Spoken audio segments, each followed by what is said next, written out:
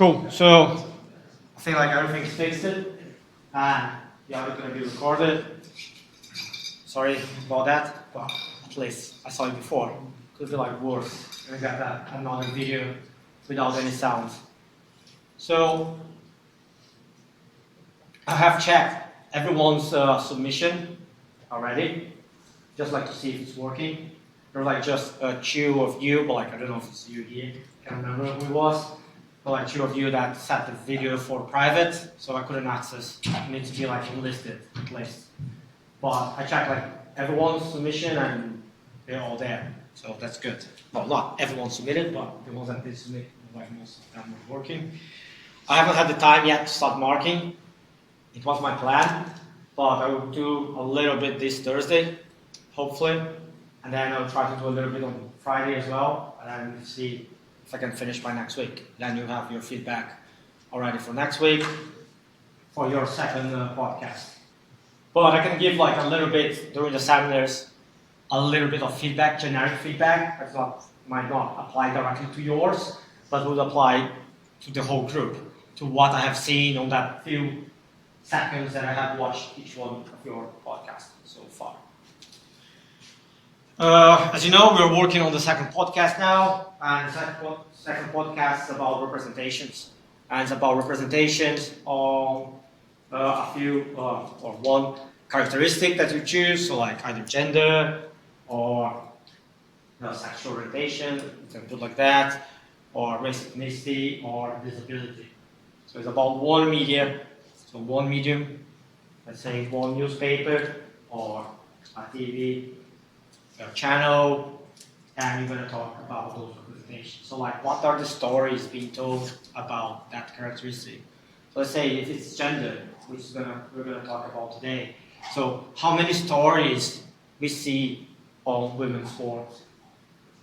Or if we go to that video that I shared, the TED Talk this week, so what are the words used to describe women athletes? Are they different from the stories being told about male athletes? So what are the words used? So there's like forms of representations that you need to be looking at. And the second podcast, as I said last week, it helps you and works a foundation for your essay. So the essay is due only in January, and the essay is about a comparison. So you do what you did on your podcast, now you make a little bit more complex, and you compare different media. So maybe two different newspapers. So take the Daily Mail and the Guardian. Do they tell the same stories about that same event? Or is different stories? Is that the proportion of stories, if you're talking about gender or maybe disability? Is the proportion of stories different in one newspaper and the other newspaper? Or maybe you want to use old media and new media to compare. So take Twitter, go to BBC's Twitter profile. How many stories on BBC Twitter's profile we see on women's sports? And then we compare to, I don't know, the Daily Mail. So that's what I want you to see, and what I want to see from you on the essay, is a comparison. The podcast is a simple version of the essay. So we're kind of like always building up through the module. So today is on gender. So I have used like this quote before from Nicholas London, and I think like on gender it kind of like even speaks louder. So if we look at the video from Cheryl Cook, Dr. Cheryl Cook, that I shared, like the TED Talk, she talks about the proportion of stories on women's sports in comparison to men's sports. Or the words that are used to describe women's sports in comparison to words used to describe male sports. If we take what the media say about the two different sports, we might see a completely different reality. So what is reality at the end of the day? So what is the reality that we are living in when we consume a certain form of media? So for me, that's kind of like what this quote speaks about. So we see reality through media's eyes.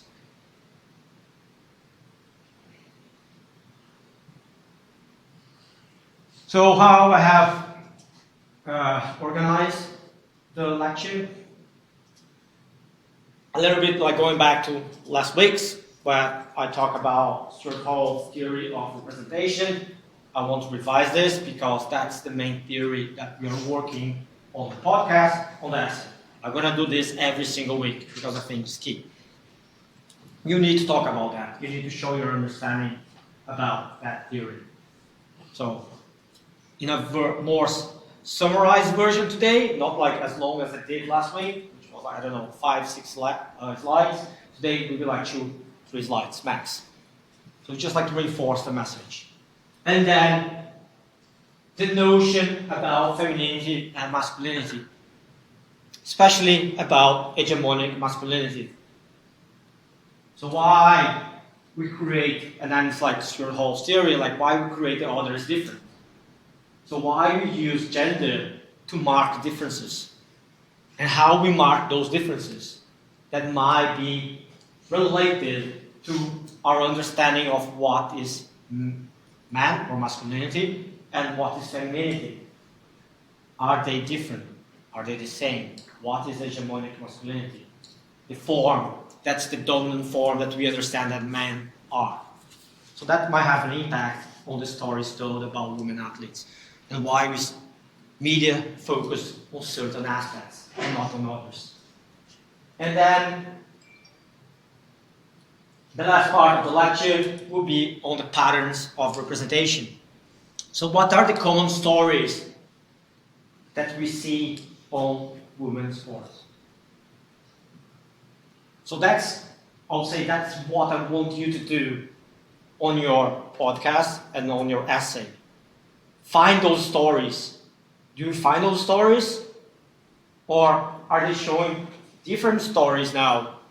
Because like some of those works are like written in 2003, 2010.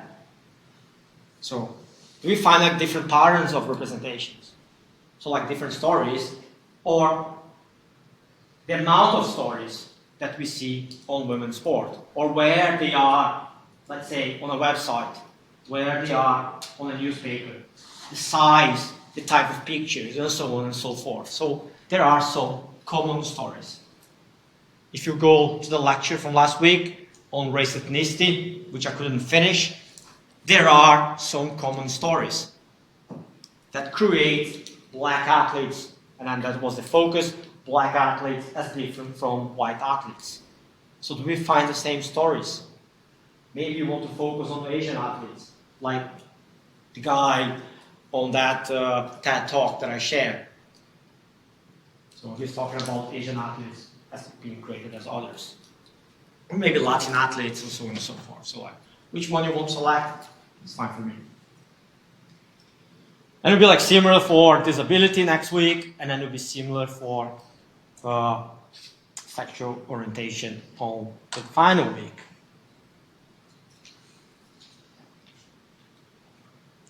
So it's about language. The meanings are about language. And here, language, you can see, I put as inverted commas. And I mentioned that last week.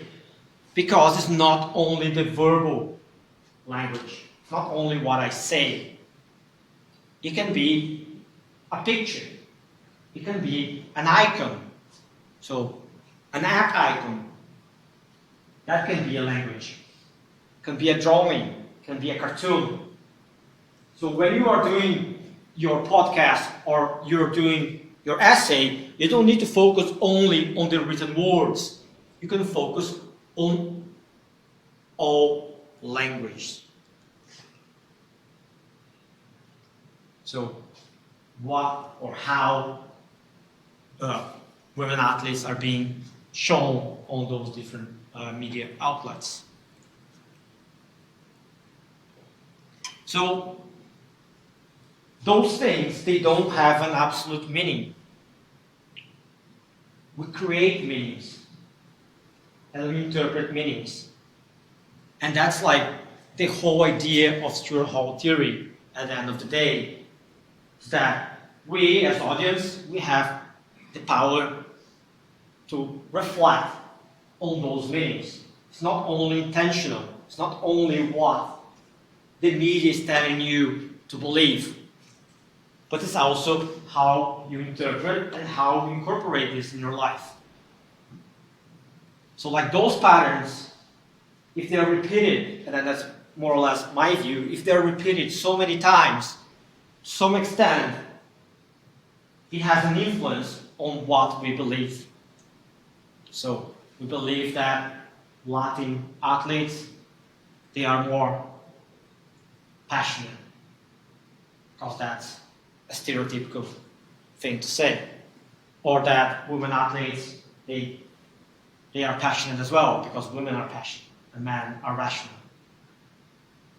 So how those things are incorporated in your life and how this impacts the day-to-day life. And at the end of the day, those things regulate and organize. So when I say one thing is rational, the other one is passionate, we might assume that maybe rational is the best one, and we create hierarchies. So better athletes, rational athletes, think, strategize, and so on and so forth. What's the impact on the day-to-day? Or what's the impact in the long run? Let's say, how many black managers we see in any given sport. So what's the impact of those stories being told so many times? Those patterns being repeated so many times. And it applies for race, ethnicity, applies for gender, applies for disability, and applies for sexual orientation as well. Because there's one pattern, and I would say it's a white, male, heterosexual, fully able-bodied pattern. That's the majority, that's the ones that have the power. So for how there are three ways of representations, or how things are represented. So the first one is a simple reflection. That's the reality. That's how things are. So let's say on any given day we have 50 events, women's sport, 50 events on men's sports. How good should be a newspaper? 50% for each one of the stories. So that would be a common, just a reflection of how many events there were in the day. They're just showing that reality. Or maybe when they just give the results, and then again go to that Cheryl Cook's TED Talk, when she says like, what are the words used to describe women's sport? And it's more like just the factual information. While for men's sport, it's like how good they were. So maybe like there, we just like see the factual information. It's just a reflection of reality. That was the score, who scored, and so on and so forth. The second one, which for me, I fall more on this one, is intentional. There is an intention behind. So when media are doing this, there is an intention behind. They're telling us how to think and what to think about. They have that power. If they tell me that men's sport is the only real sport, it's because there is an intention behind. So why, and that's like one of the points that I'm going to make later, why women's sport is always gender marked, while men's sport is not gender marked. We say football, Liverpool Football Club. We don't say Liverpool Women's Football Club. If I need to say about the women's team, I say women's. If it's the Women's World Cup, it's the Women's World Cup. Why the men's is always FIFA World Cup? Because that's the normal. That's normality. So they are telling us what is the normal sport and what is the alternative sport, which is women's sport. So for me, that's the intention. How is more on the constructive side. So for how we as audience, we have the power. So we can like read and say like, well, I disagree with that. Or I can find other sources. I won't accept as face value what the media is telling me to think or to think about. So how is more on the constructive. For me, I'm more international. Yeah, we might have a little bit of power, but if every single day we are bombarded with news only on men's sports, since we are kids, we cannot learn a pattern. We learn to love men's sports and not watch women's sport. And then we might think that, oh, it's not that fast. Or it's not that, I don't know, technical. So on and so forth. Because that's the pattern we've been told since we are kids. If you go and read Hall's chapter, and I do recommend because it's on the essential reading list, that's the example that Hall's used on his chapter. And I use here. He doesn't use like exactly those examples, those like figures, not all of them, but I feel like those, they represent the three of the forms of representation. So as I said last week, that's the final Seoul Olympics, where Ben Johnson got the Olympic and world record, and then of course he got caught on doping afterwards, but all of them got on doping, apart from Carl Lewis, like this guy here, was like the American athlete, so like in his career he never got caught on doping, all the rest they got. So here we see that final, the 100 meters final, and this picture for me, that's like a language, this picture for me is just a reflection. If I don't tell that story, you just see man running. It's a reflection of what happened. And the second one, maybe there's intention. It's not only the picture, but like those words associated with that picture. Again, I don't have proof, I don't have no way to tell, but the title of the book, The Dirtiest Race in History. Are they playing with words there? It's about race ethnicity, or it's about the 100 meters race? I don't know. I cannot tell. And then the last one here is more constructive. To some extent, it leaves open for us to make our own judgment. Those athletes are both heroes and villains. Because there's the end here.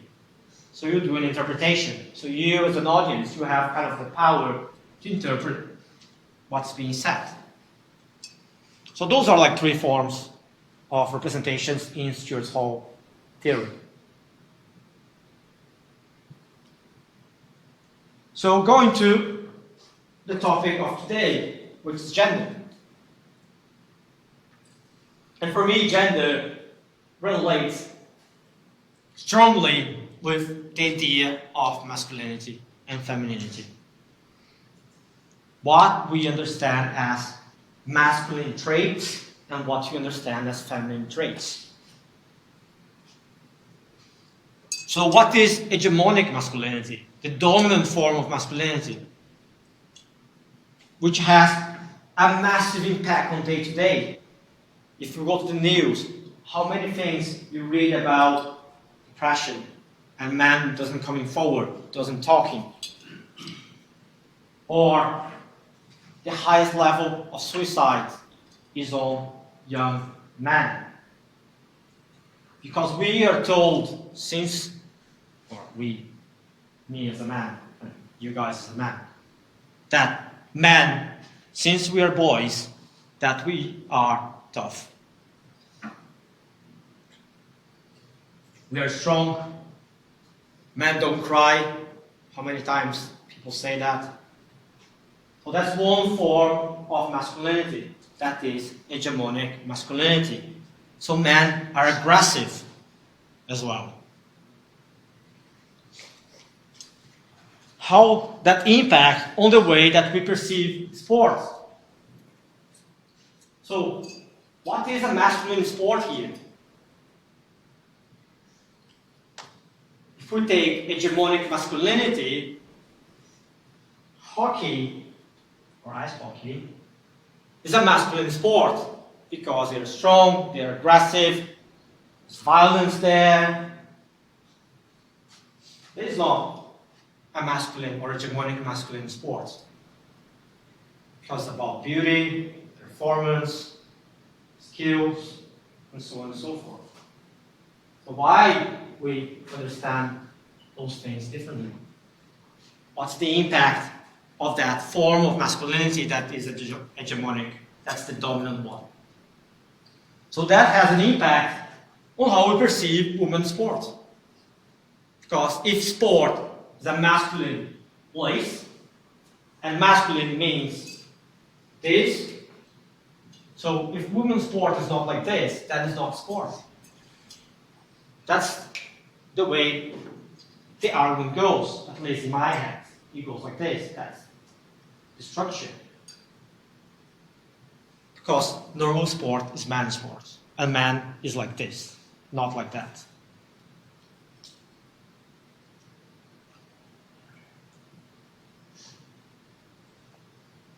So Tony Bruce says that media discourses, they don't have the power, and here maybe it's like the intentional, we can like make the relationship to Stuart Hall's theory of representation. And I think there's a misspelling here, I think it should be how. So it doesn't have the power to tell you how to think, but it has the power what to think about. So it dictates our perception, what is important and what is not important. Take like a new media, like a website. We in the Western world, we read from left to the right, top to bottom. That's how everyone writes, right? In a website, the most important part in the website, top left, because that's where we start looking at. So where are we going to find stories about women's sports? If they are in the bottom of the web page, to some extent they're telling us that they are not important because they are the bottom right. It's like the last place you're going to find.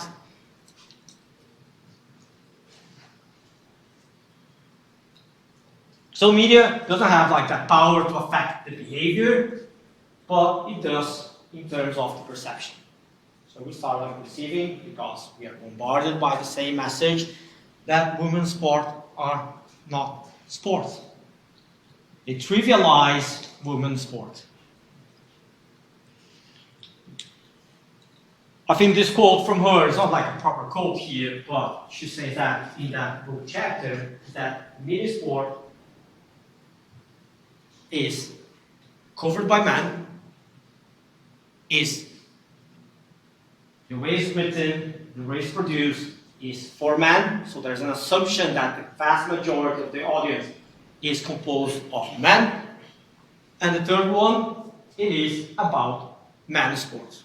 So that's how media, or sports media, existed. And my argument is, it still exists in this way.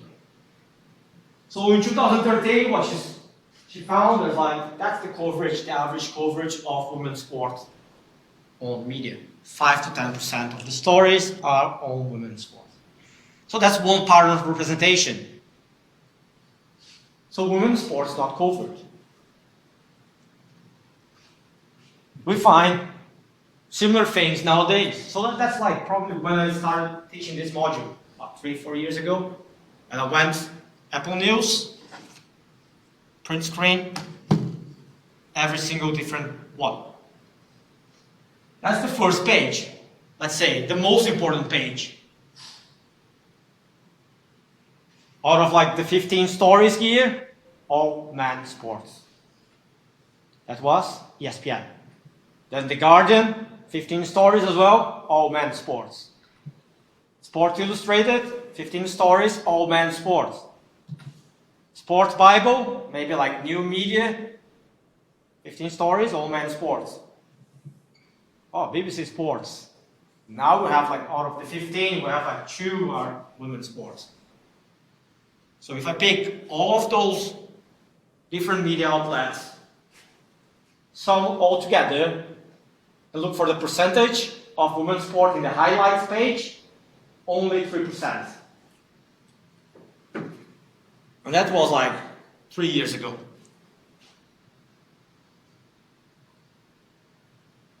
Well, I'm counting here like a female referee as women's sports because there's like a woman on the news. This is what? April to June, so 3 months, 2 months. BBC Sport. So I collected the news, like from the highlights from BBC Sport. Trained the model and found what are the patterns of news on women and men's sports by sports. You can see that some sports will have like parity, like athletics, even like more women's sport covered than men's sports, or like men athletics. Or where is tennis? Somewhere tennis is somewhere here or there. So tennis, 65 men, 62 women. So that's very equal. But others are very unequal. But in total, of all those sports together, women's sport will cover only 13%. Very similar to the figures from Tony Bruce almost a decade ago. That is from a whole year from the independence. So 17,000, almost 18,000 news. Again, I did the same thing, train a model, machine learning, classify for me the rest. Very similar figures like tennis, there's like a parity there, it's like 50%. But others, like motor racing, 99% men, football, 94% men.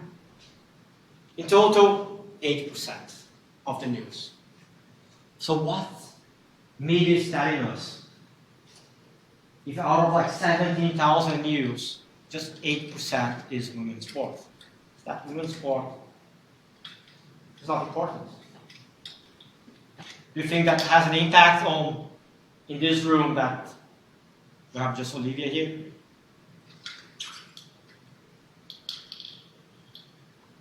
Why is not 50-50? This room? Why is not even more women? If the demographics, more women than men? In your age bracket? Why there's more men here? Higher interest in sport. Because media tells us? Yeah, because it's something we watch. But, well, because of, I don't know, to be fair. Yeah, I don't know. Does it have an impact? That sport is a male space for male or men to work, not for women. Yeah? The media won't change. In like 20 years, it's been a lot. Like women's sport will be more covered. Yeah. We might have an impact. Like in the long run, if it changes. It's a pretty direct reflection of like society, isn't it? It's like 100 years ago, women's rights so like little compared to what men were able to do. So then it's sort of like we're like backtracked in sport. Like you look at obviously like women have the same rights with lots of things that we can do in society now, but in sport it's like they like missed 50 years. Yeah. Haven't got up there. You can maybe think that sport is the last bastion or like the last place. Like maybe the army is the other one, like the armed forces. I think you can say that on like everything, like stuff like women's rights and like LGBT rights of people. Also take massive steps forward. And like in the next, like just recently, I did one look in maybe 2019 broke my records for like the oceans. So like maybe like these stats for all the media companies. Not go like, not take over men's sport, but like maybe go about like 10-15%. Didn't the Women's World Cup final get more used in the NBA? Yeah, I think, yeah. But less coverage. What? Yeah, it's on the video. Yeah. But like if you ask like everyone in this group, like name 10 female sports stars, I don't know. So I always like make, I would say that joke, it's not a joke, but I always like make that trivia. So what's the best Brazilian footballer? And people would say Pelé, Ronaldinho, Ronaldo, Fat Ronaldo. And I was like, no. The best one is Marta. Because she won more times the FIFA award as best footballer in the world. Of course, like that works in English because I say footballer and you cannot tell if it's gender. Like if I say in Portuguese, there is like a gender at the end of the end of the word. You can tell the gender.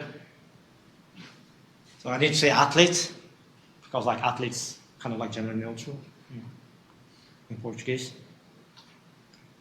But if you look at that's the same data, but into months.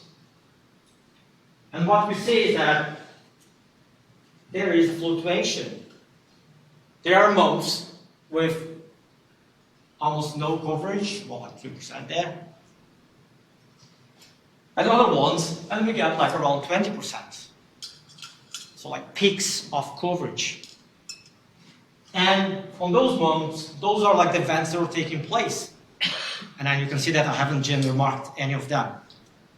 But they're all either women's events or they are events that men and women participate at the same time at the same place. Take athletics. So athletics, let's say the Diamond League. You have like men and women competing in the same stadium and all the media circus is already there. So they are covering men while they're not going to cover women if they are there. If there is a reporter to fit a cameraman or camerawoman, camera person.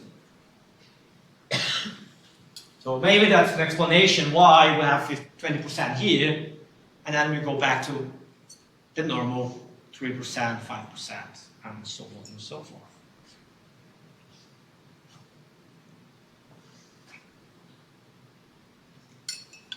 Another pattern of representation is what Mean calls confinement. So like some other people, some other authors call like ghettization, like from ghetto. So you put women's sport into a ghetto. You confine those stories, you want space. So if you look at ESPN, you have like the top things like the clicks, like new media, like football, NBA, NFL, F1, boxing, like the men's sports. If I click on the three dots there, I can find women's sports. ESPNW. So you confine women's sports to that part of the website.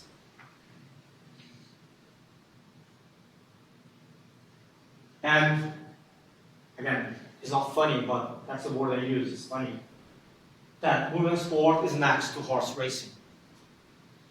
Because there's like one of the book chapters of the papers that I put for you to read. That's an argument there that until I don't know which year there were more coverage on horses than on women's sports. And then Cheryl Cook makes the same point on that video. That people thought it was injustice to give the personality of the year to Serena Williams and not give to the horse. Which like won, like I don't know which race in US for Sports Illustrated. But that's confinement. You put women's sport in a box, which we can say from our men's views, so we don't get bothered about women's sports. So then you have there, ESPN and women's sport, or you have like the Telegraph, which created also a whole section just for women's sports. So rather than let everyone to read about women's sports, you put like and hide somewhere, and so only the ones that are interested will go and find. That's confinement.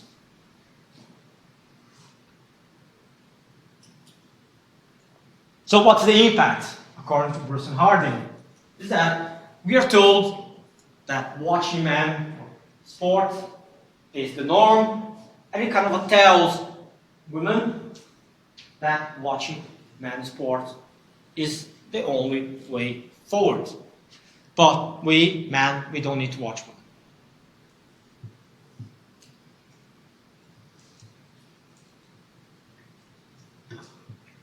So, maybe the media is not sexist, but it kind of like reinforce or reproduce those sexist remarks, or the way they organize a website, or the way they decide what's newsworthy and what's not newsworthy.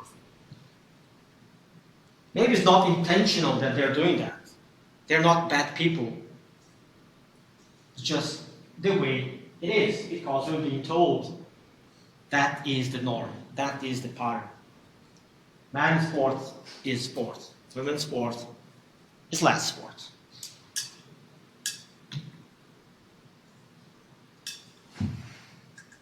So, does it change when we move from traditional media to new media?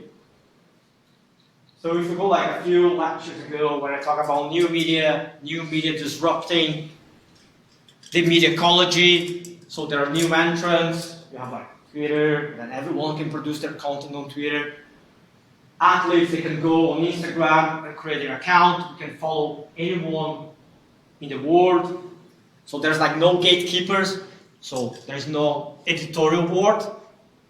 So there is no the editor of the sports section. There's no journalists deciding what's newsworthy or not, because we now have the power to decide what we want to look at. We don't need to follow traditional media outlets. But has it changed anything for women's sports?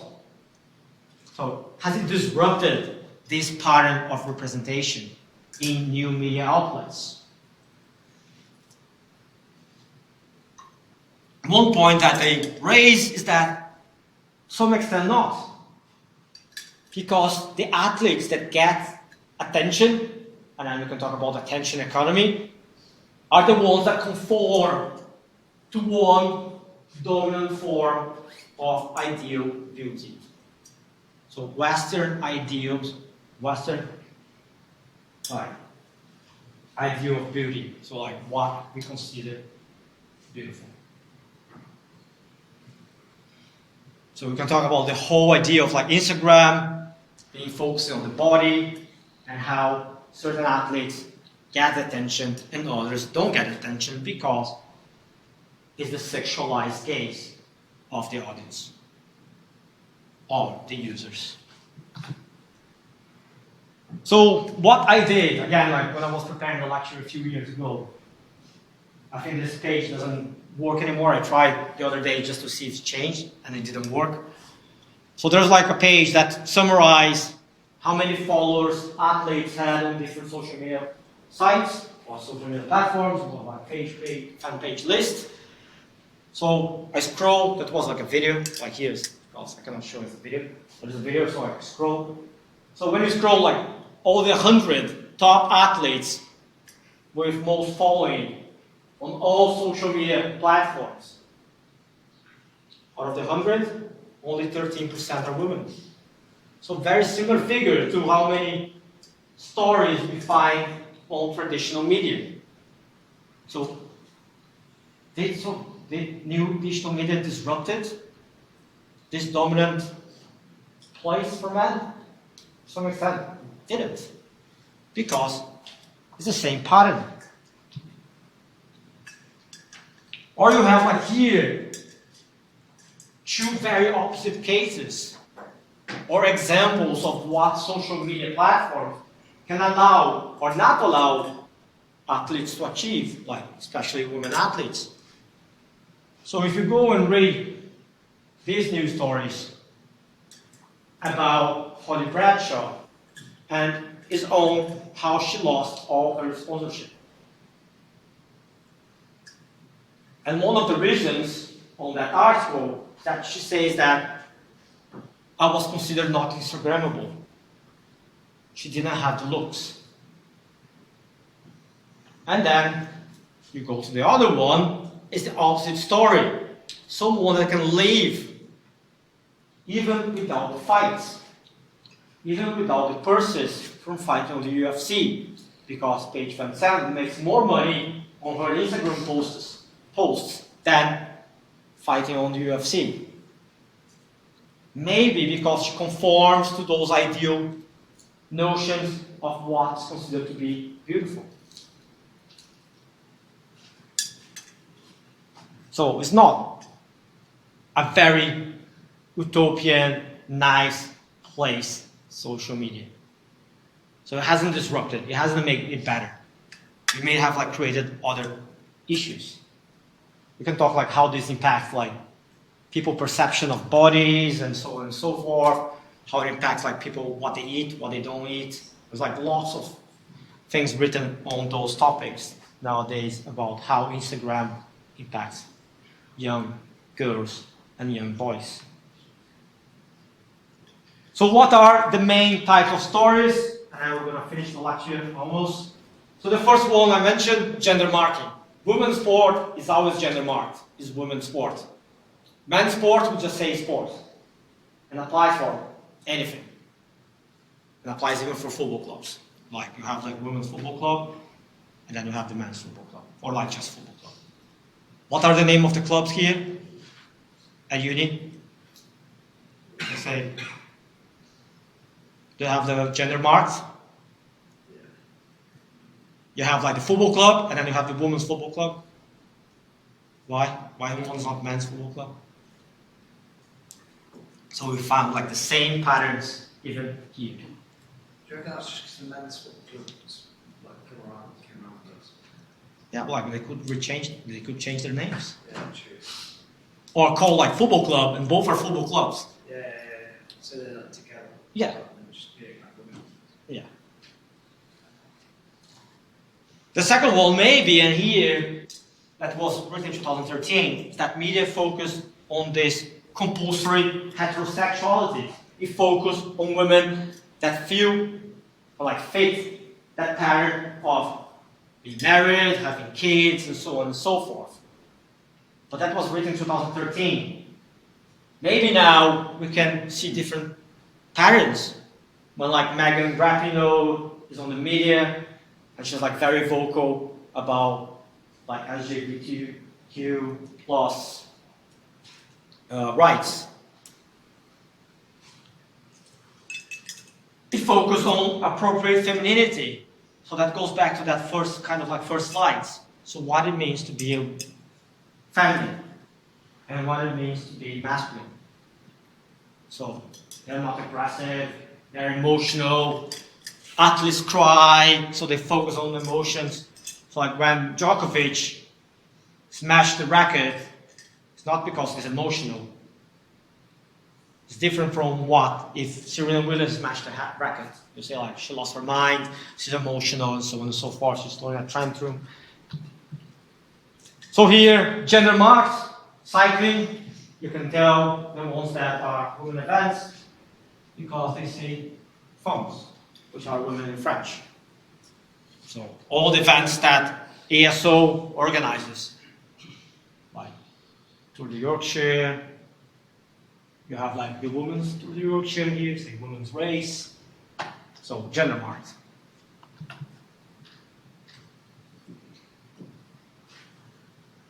So like appropriate femininity, under 17, Women's World Cup, and they're telling a story about how angelical she is.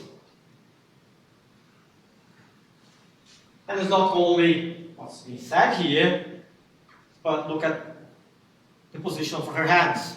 So the language are the pictures as well. She's looking like a sand. Angelical. Other patterns are non-sport related aspects. So I was watching the UFC event that just happened on the weekend, and they're talking about one of the athletes, I can't remember her name now, that like was the main event, and they talk about motherhood and other aspects that are not related to what's happening there.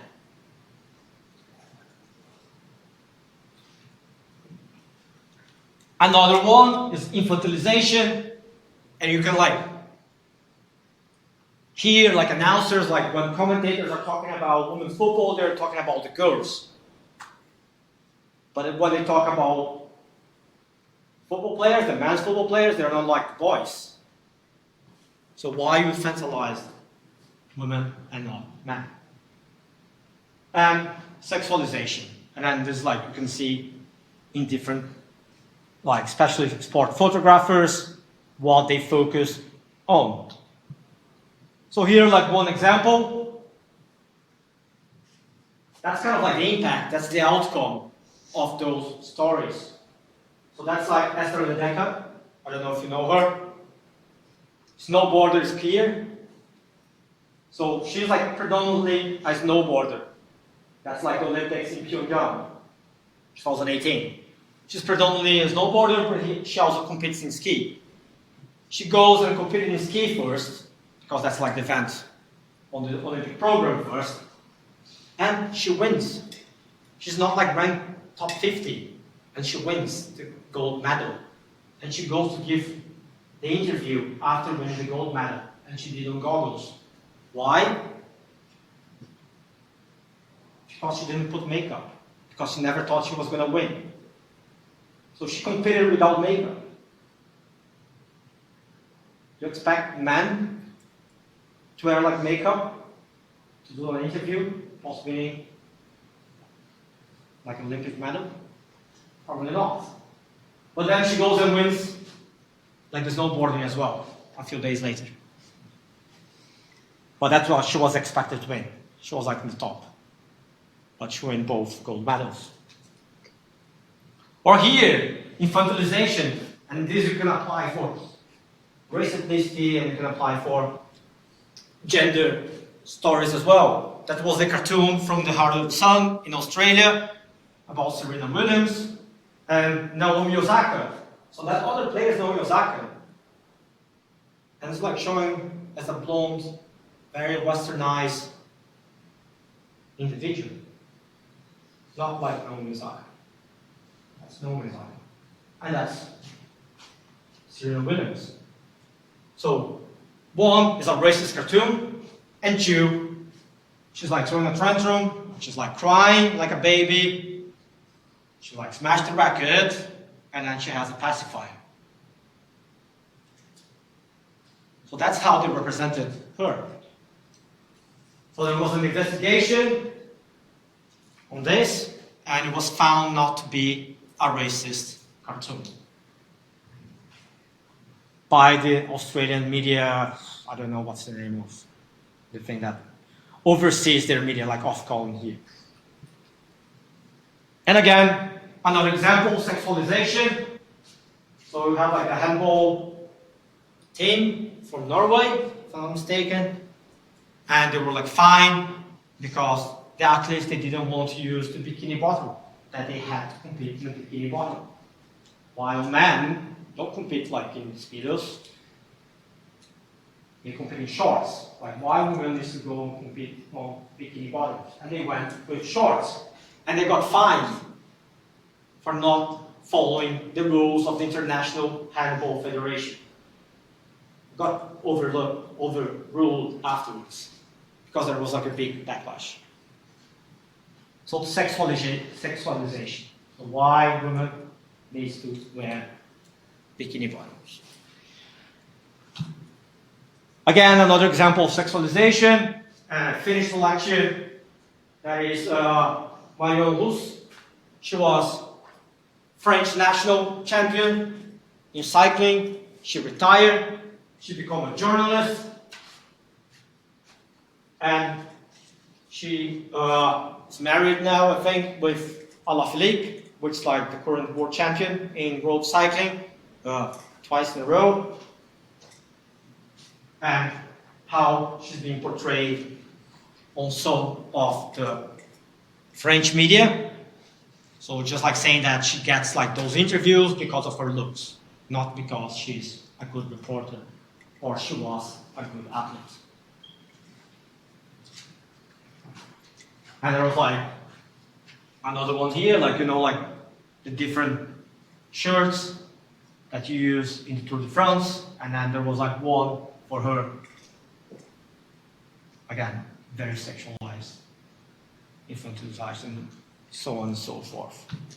So that's what I have planned for today. And if you're like working on gender, you can like start looking at those patterns of representation in terms of gender. Cool. So see you in the seminars